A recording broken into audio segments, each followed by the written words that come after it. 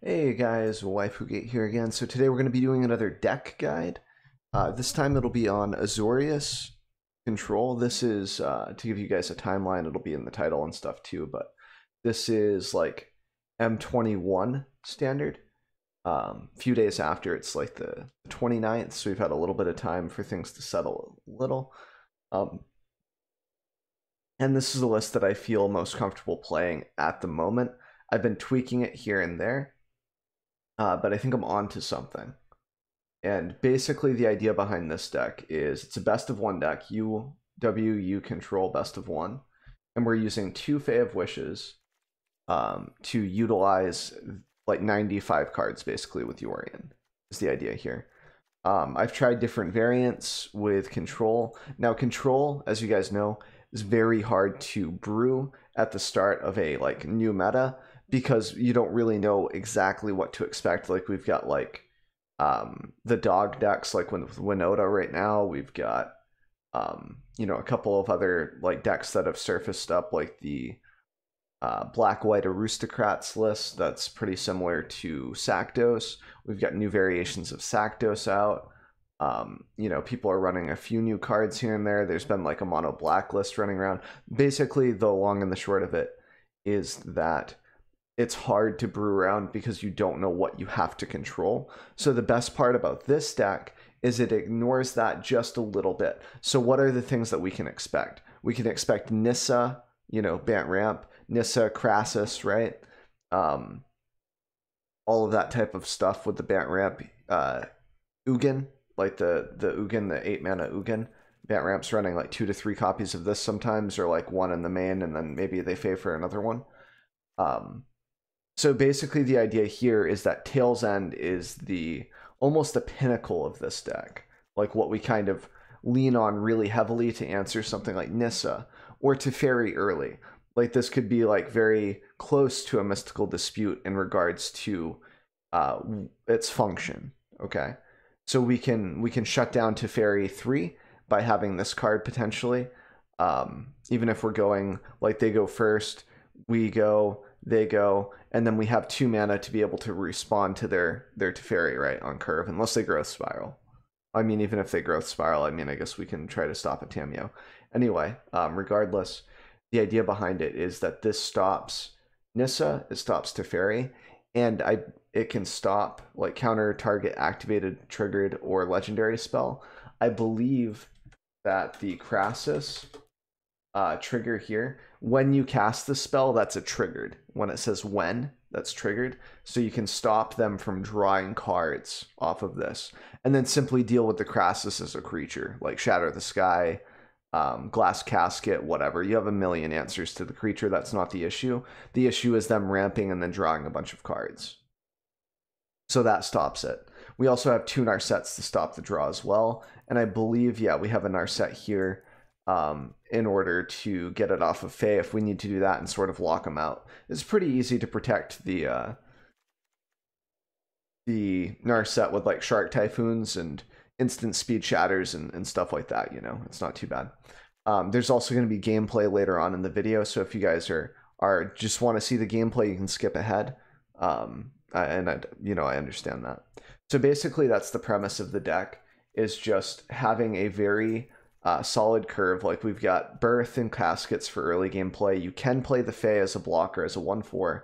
You've got Omens, you've got Tail's Ends, and then you've got Omen again as a 3-drop. Brazen Borrower for the cantrip. The Petty Thief there is always nice early game, especially against like aggro, just to stop them from, you know, swinging in at your planeswalkers or just protecting your life a little.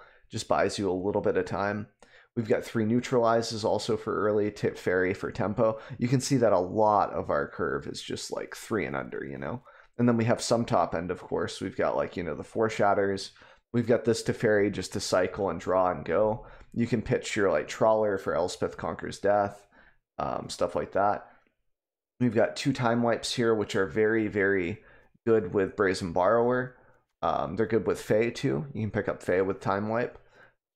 And basically the idea behind this is having 6 board wipes in an 80 card deck brings us pretty close to having 4 board wipes in a 60 card deck. Like upping our numbers so we have chances of drawing them is pretty good. Now the downside of This is that it's 5 mana instead of 4, and we don't ramp.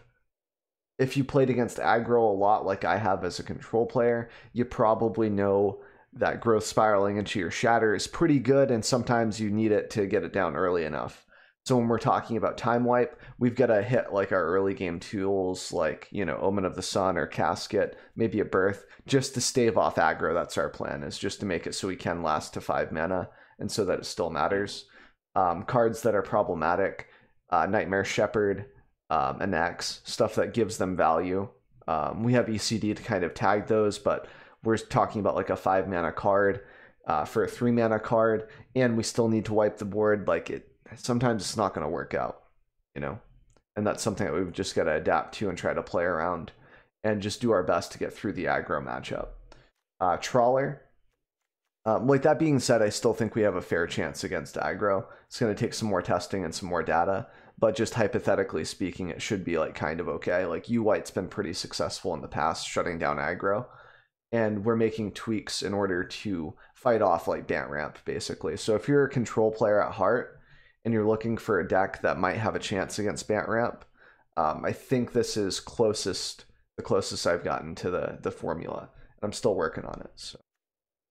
So we've got a 1 of Dream Trawler, which has lost popularity in of late, but it's slowly coming back.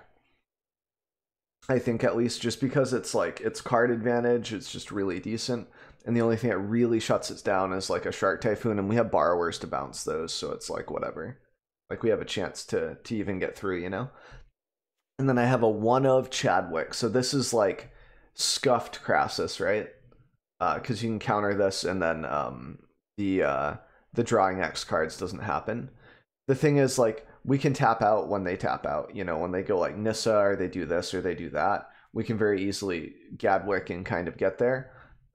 We don't have a lot of spells that we cast on their turn. Like, we can have Omen, we can have counter spells, of course. We can have Brazen, and Neutralize, that's a counter spell. So, like, we don't have a lot of triggers for Gadwick, but he's still decent as a 1-of, I think, especially with the time wipe. I really like the Chadwick a lot. And you can see here we're running 35 lands, which is a bit low for control, but we also have, like, you know, Birth, and we have Omens. We have stuff to fetch lands, basically. And a lot of our lands, too, are pretty versatile. Like, we can pay 3 mana to cycle this, for example. Draw a card. We have Scries, so if we're getting flooded or screwed, we can either look for mana or put mana on the bottom. And our mana base is also a little versatile because we're on 2 colors, so we're able to add a colorless land or 2 for tech. This is for like opposing Vantress, like for Tamir Wreck. It can be for Castle Embereth, so they can't continue to pressure us with that. It can be for an Ardent Veil, whether it's an aggro list running Ardent Veil or another control deck running Ardent Veil. And then we've got 3 Vantress and 1 Castle Ardent Veil. So the reason behind this is because our triomes here check these both. So we're able to be a little bit more greedy on our lands, because these will most likely come into play untapped between the Hollowed Fountain and the triome there.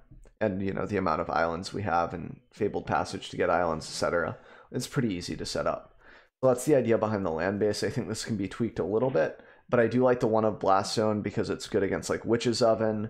It's good against like, you know, mono red. Just the Cavalcade's been on an upswing, and most of their haste dudes are 1 mana. Plus, dealing with Cavalcade for Blast Zone for 2 is also kind of acceptable if we're able to control the creature part of it, just to ensure that when they get more creatures, they're not just coming down with haste and dealing damage. So that's something to consider. So let's talk about, good matchups, bad matchups. I would say that we're probably even-ish on Bant Ramp just because we've teched for it so hard. We're probably close to even, if not a little favored, maybe, if things are going accordingly. Like if we hit curve and stuff, pretty good. Like the Tail's End really puts us up over the top. Like I really like the card versus Nissa and versus Crassus. And the fact that we're running our set too is just nice. And if we hit Teferi down and it just gets there, like they can't counterspell us, and then the game becomes a bit easier. What else? Tamir Reclamation, I think we have a fair chance against, just because we have counter spells and we have Teferi 3. They can pressure our Shark Typhoons with their own Shark Typhoons, but we also have 3 Brazen Borrowers, which is quite a bit. Even in an 80 card pile, having that many is good, especially if we can like Teferi -3 it potentially to bounce another Shark Typhoon token or whatever. And we can just pressure quite a bit. And we usually have enough on the ground to like stop Uro from being a problem. We also have ECD. So it just feels like we have a lot of tools versus Reclamation as well.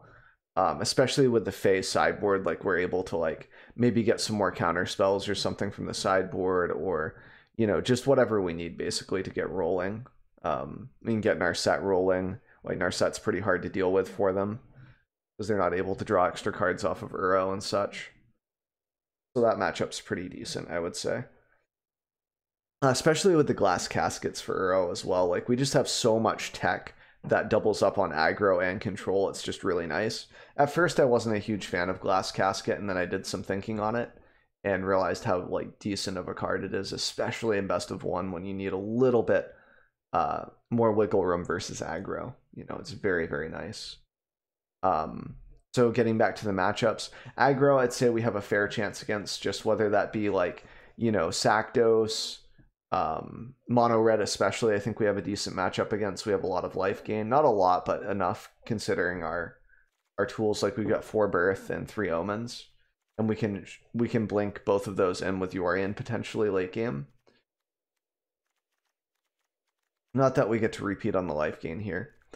Considerations, so like aggro, I'd say we're slightly favored if we just like, you know, can find a shatter or something. Typically speaking, when I go to mulligan, I try to look for a hand like maybe with 1 shatter, 2 lands if I have birth or omen, 3 lands if I don't have either of those cards to kind of draw and set myself up for lands is what I usually go for. Hands, like if your hand looks really good, if you hit the 3rd land, you can potentially keep like a neutralize to cycle it for 2, or a Shark Typhoon to cycle it for 0. You know, just for the 2 mana and then nothing else. Just so you can hit your land drop, and then you can get gas. Like maybe you go to Fairy Bounce, get another land draw, maybe find birth, etc. Like you can work with 2 mana, but you definitely want to you want 3 total. Like whether that be from like Omen finding you the 3rd or birth. Like the vision for 3 lands needs to be strong in control. And then on top of that, if you have the shatter for aggro, that's good. Other key cards against aggro like Omen. Normally I mulligan based off of my opponent probably being aggro, unless they have something like Yorion, and then I can assume that they're on a meme list with burglar rats and random fen lurkers and stuff. People have been doing that to throw people off in best of 1, so watch out for that. Other than that, though, usually Yorion is Bant or you white control or something, or Sultai sometimes. So typically speaking, though, I try to assume that my opponent's on aggro in best of 1. Just because, like, if you can beat out the aggro, then you can beat out most decks. Like, if you keep a hand that's good against control but terrible against aggro and you don't see the shatter, you'll lose. So I like to try to see if I can get shatter, basically, is the long and the short of it, just in case. And shatter's never dead against control. Like you can always use it for, you know, like an Uro or Crassus or whatever, you know. Like it's not the worst thing. Like Nissa lands, etc. Like you can make use of it, basically. It's not ever like super dead. There's some situations, of course, that make that untrue, but overall it's pretty useful. So that's like sort of the mulligan guide. And then the matchups, like we kind of went over that as well. I'd say Jund Food is pretty tough, and the aggro list that we probably lose to the most, because it requires us to deal with like Trail of Crumbs. We don't put out enough value to outvalue the Trail of Crumbs for the most part. So usually we have to like Fae of Wishes for Heliod's Intervention and try to get Citadel and everything else wrapped up. Thankfully, we do have neutralizes and stuff for Citadel late game.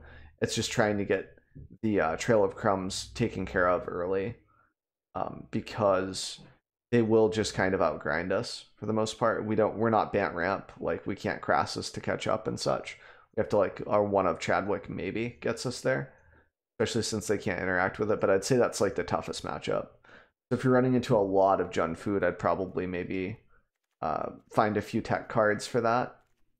Like just something I can deal with enchantments and artifacts, but also do other things, like maybe 1 or 2 Night of Autumns could be okay in the main at that point, because then you can time wipe and scoop it back up, or you can just use it as a blocker. And it can even block stuff like, what's it called, like Ceratops. So it's pretty nice. And I like that we don't struggle that much against stuff like Stonecoil, Serpent, Stonecoil, Steve Austin there. Like we have Brazen Borrower to bounce that. And typically we can neutralize it as well. Like it's not too bad. And we also have Shatter, so it just feels good to not auto lose to that card. We also have Shark Typhoon that can potentially block it late, which is nice. And like Gadwit can tap it down, which is cool. So just a lot of options there. Like I like that. And we also have Glass Casket for Stonecoil, which is nice. Then it comes back with 0 counters. Like we can Yorion and blink the casket. There's all kinds of little intricate plays like that, and that's why I love this type of a list. It just gives you so many options over the course of the game, like blinking Narset, blinking Teferi, blinking Elspeth, of course, the classic. But mainly like that value off of Glass Casket blinking to like, you know, give them back a Crassus that's 0 counters, or a Stonecoil that's 0, and then being able to casket something else is just disgusting. Gross. So yeah, that pretty much covers the matchups, the mulligans, all of that stuff. So I'm gonna let you guys get into the gameplay. So hopefully you enjoyed that, and I will you know, we'll see you in a minute.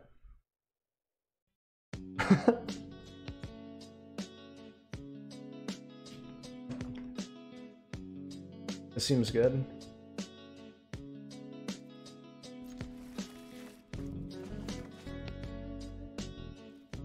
It can also swap Citadel. I mean, like, Vito can as well. I'm doing pretty good, Kai. How are you doing, man? So this is banned, so this is a good test. Grab probably blue here. Oh, we didn't change our basics either. We were plebs.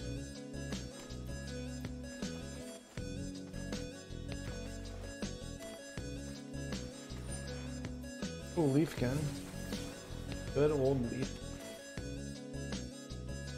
We'll keep a Shatter against Leaf. We want this land. Pretty good land.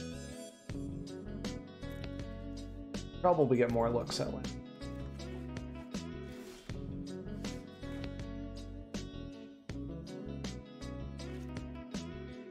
They'll have upwards of 4 mana here.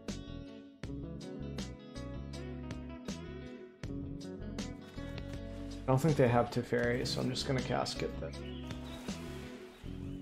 Come off of extra land. The way they can't Omnath or anything either. No, I haven't seen anything in Jimbo's Discord. I think they're just ramping into Eugene. Their idea. Probably grab blue. You made Mythic? Nice, dude. Grats.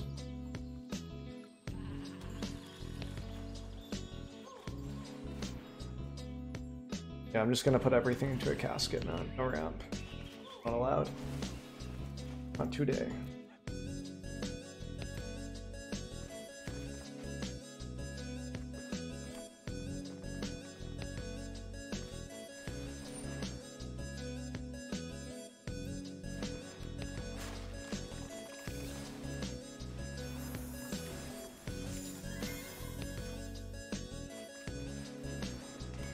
Yeah, it is a card.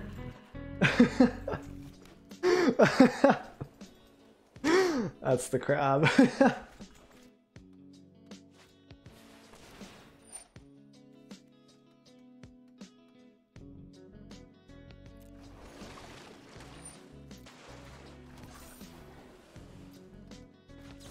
Gonna play Borrower here. Block that eventually. I'll take a land.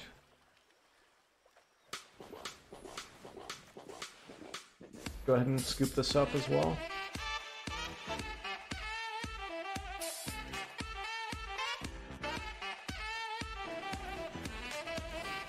Ooh, that's a wicked good play, bub.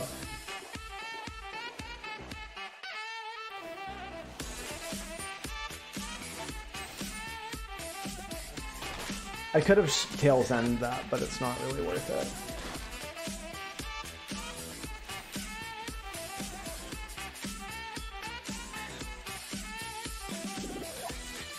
I could Yorion all of this. I could Yorion do some stuff here, but I think I just want to shatter while it's free.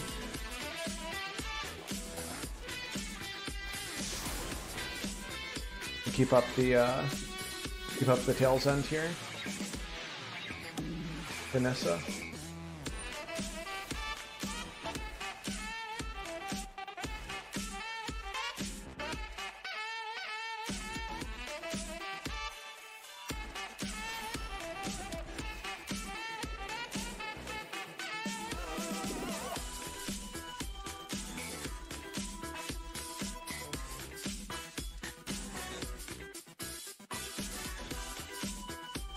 Okay. That helps versus Crassus. Hopefully they don't have second Nissa, and if they do, it's like whatever. Because we can just go grab an answer for it. It's not like they're doing anything with this, right? Like, okay, cool.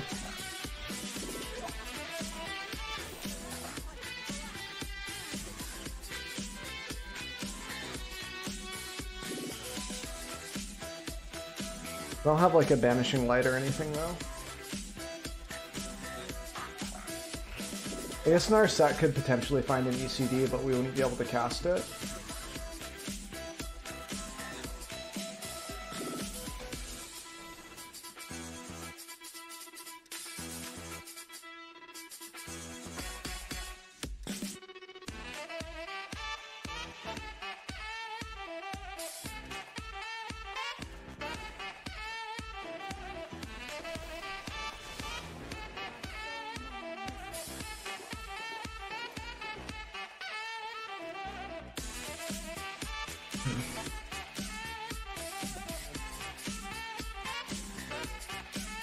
Keeping this at 5 means that they can't just +1 Nissa and swing 2 lands at it and kill her. So they still can't Crassus for any amount of value.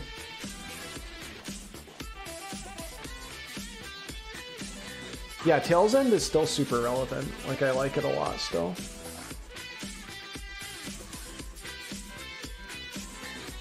Can like counter Teferi and such as well. I mean, even if they make like a Voracious Hydra here, it doesn't really do much.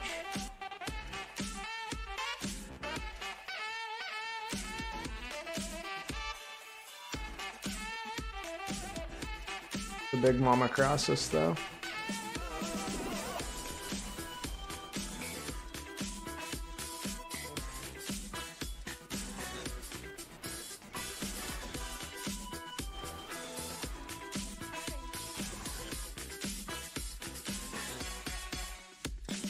This is almost lethal.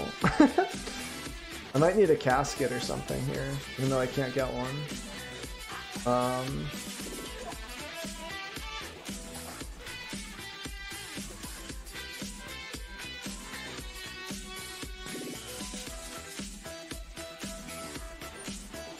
Ooh, that's not good. That's really not good. That's a lot of gas.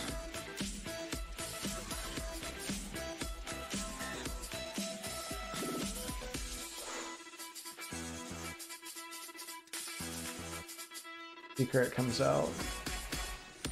It is. About to tap down our Yorion.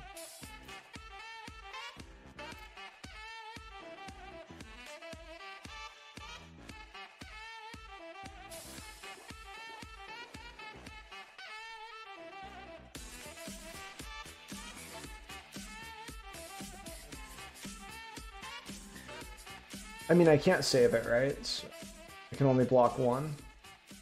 I might as well just take the 10. Which sucks.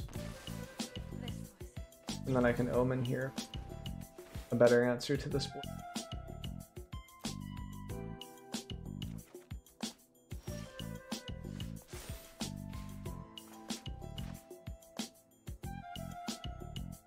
So Shatter draws me a card. And financially ruins them. 3, 4. You have upwards of 5 mana. Does that matter? We can get back in our set with this. I could also Fae of Wishes and just play my Triumph tapped, or like discard other stuff.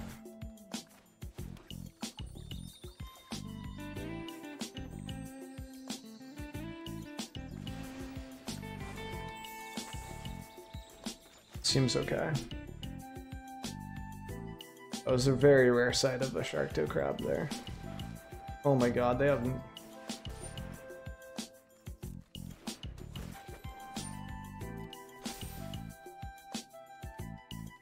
a pretty interesting combo that the opponent's playing.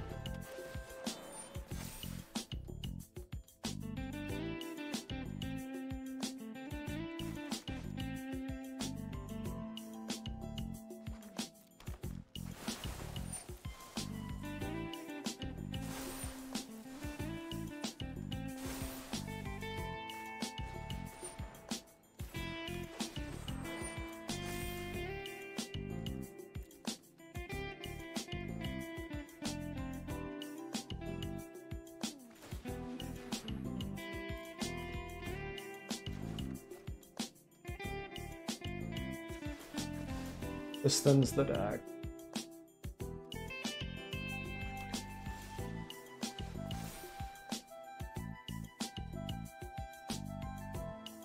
So if I Yorion here, I can get both omens and I can replace the caskets on these guys, which is pretty cool. Or I can get a Narset, and then I can Fae of Wish for a time wipe. And I think that's the better play, just to shut them out. I think.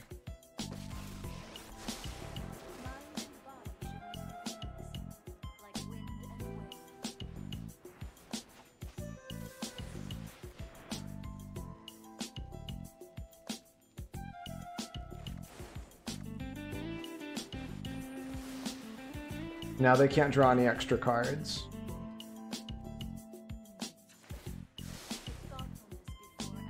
We'll go ahead and take the Elspeth to deal with this eventually.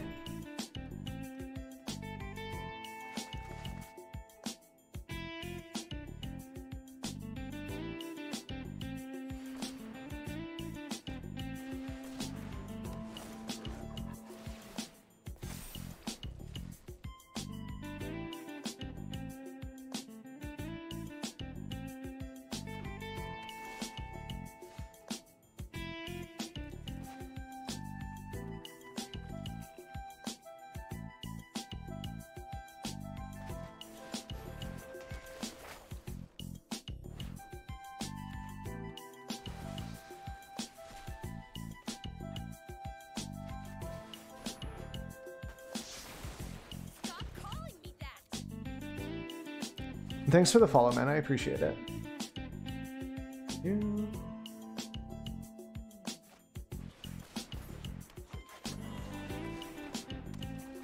Okay. We might need to look for another Shatter potentially here. And also just Shark Typhoon.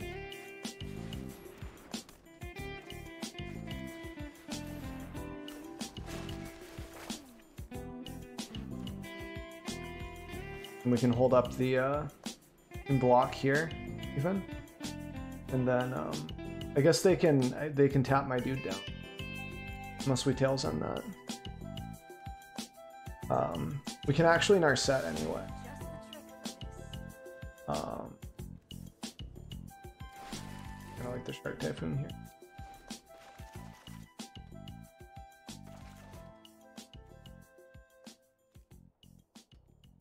Do they have enough to adapt twice? Or no? Yeah, they probably do, right?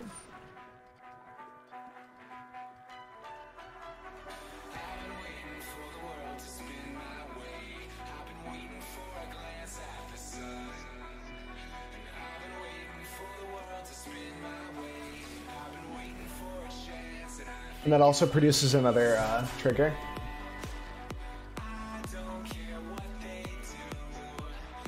So therefore, we still keep our Narset. Feels good, man. Don't play Nissa. Okay, that's fine. Okay, so Narset dies, and then guess what happens? She's coming back. She's coming back, man. Wait. She'll be back soon.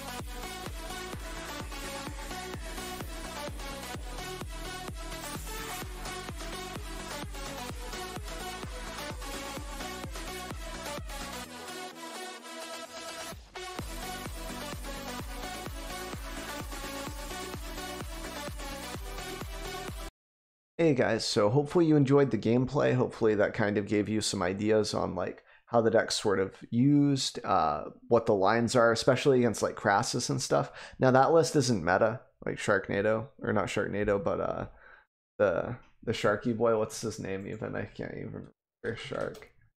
The Sharkdo crap.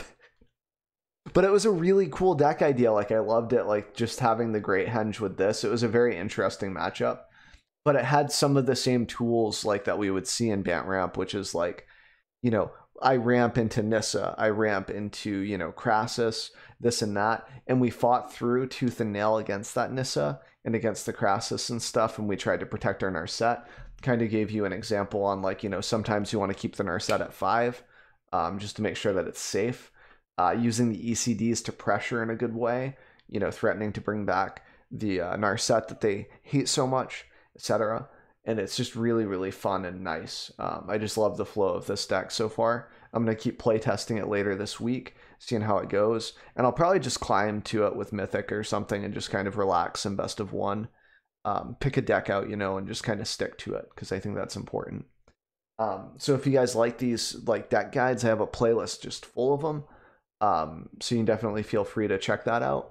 And don't forget to like and subscribe if you feel like it. The subscriptions help the channel a lot. There's a panel down below that you can click on.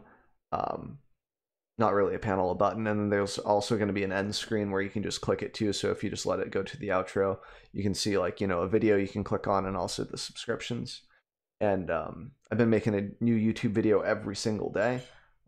So lots of content to catch up on if you guys are into it. You can also feel free to drop a comment down below if you have any questions, or you can drop by my stream and say hi. Usually stream just about every day of the week. So hope to see you guys there.